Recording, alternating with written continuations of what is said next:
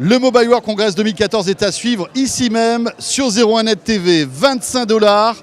C'est le prix du smartphone le moins cher au monde et on l'a vu ce smartphone, Jérôme. C'est un smartphone qui fonctionnera et qui existera bientôt grâce à Firefox OS. Et oui, nous sommes ici sur le stand de Firefox OS pour découvrir les dernières avancées de ce système d'exploitation, pas comme les autres.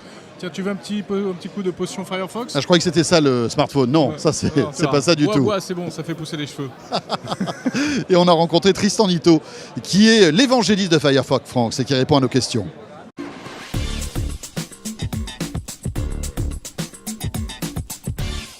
Spreadtrum, qui est une société chinoise qui fabrique du silicium, a annoncé qu'ils étaient capables de faire tout ce qui est pour un téléphone, toutes les puces d'un téléphone, en une seule puce, au point, donc ça réduit les coûts et ça descend au prix public de 25 $, ce qui est juste incroyable pour un smartphone. Et en même temps, nous, on optimise au maximum Firefox OS, ce qui permet de faire tourner dans des toutes petites configurations.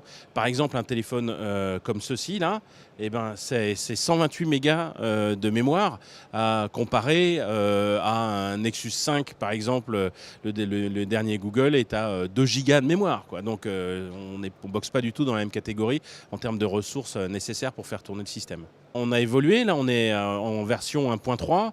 La version 1.1 a apporté les MMS et puis bientôt on va voir arriver le dual SIM, la possibilité d'avoir 2 cartes SIM dans le même téléphone, le NFC aussi dans le téléphone, puis des améliorations où on va perfectionner le clavier, la réactivité de l'application, etc. Il y a encore à faire parce qu'on a été lancé dans 15 pays différents avec 3 téléphones différents. Maintenant, il faut toucher encore plus de pays. Donc 2014, on veut rajouter 12 nouveaux marchés. Il y a déjà 4 nouveaux téléphones qui ont été présentés et qui sont bientôt prêts à être commercialisés. Celui-ci est encore un prototype, donc je le compte pas dedans, hein. Alors il y a Alcatel One Touch qui est bien connu des Français. Il y a ZTE.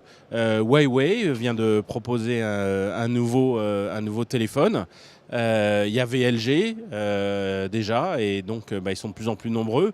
Et puis après, il y a ceux qui viennent nous rejoindre. Par exemple, Panasonic a annoncé qu'ils allaient faire des télévisions sous Firefox OS. Alors on a déjà des applications comme SoundCloud, on a déjà des jeux comme Cut the Rope. Disney a signé des accords avec nous pour porter Where is My Water, qui est un jeu très populaire. Enfin, donc ça marche parce que les développeurs en ont marre de développer plusieurs versions, une pour Android, une pour iOS et puis une autre pour Windows. Ce qu'ils veulent, c'est en écrire une seule et puis que ça marche partout. On est une organisation à but non lucratif, il faut le rappeler. Donc on n'a pas des objectifs de marché ou de revenus ou autre. Ce qui compte pour nous, c'est que le web devienne la plateforme mobile par excellence.